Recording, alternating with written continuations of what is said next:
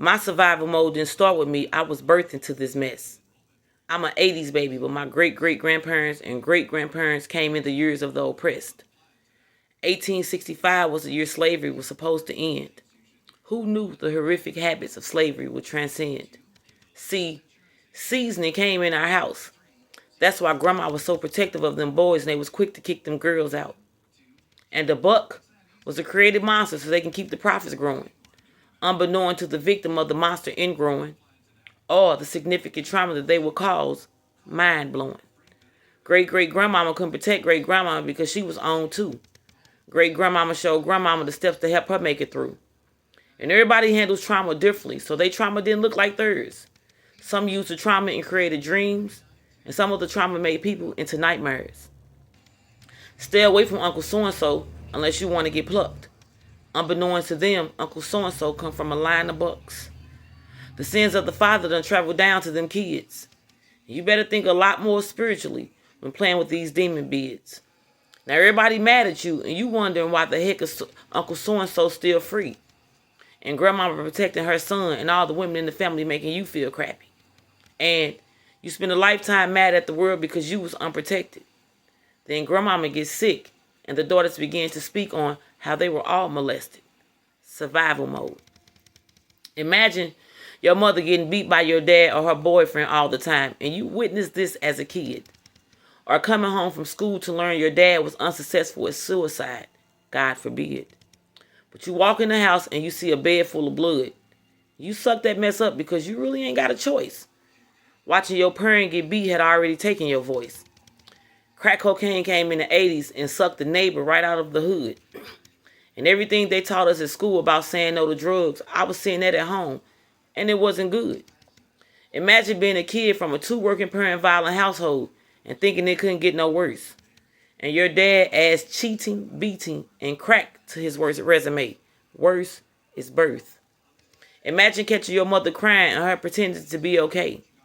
And you telling yourself you'll never let a man do you like that day. A recipe for disaster if that child isn't given a release. So the child is given sports and not therapy. And this release a beast. And what you call the crazy way to grow up is what shaped their reality. And the molestation plus experiment with the girl got her questioning her sexuality. Survival mode. Now we going to church and we are living this fantasy. But where was that God when this mess was happening to me? And where was that God when I was feeling empty?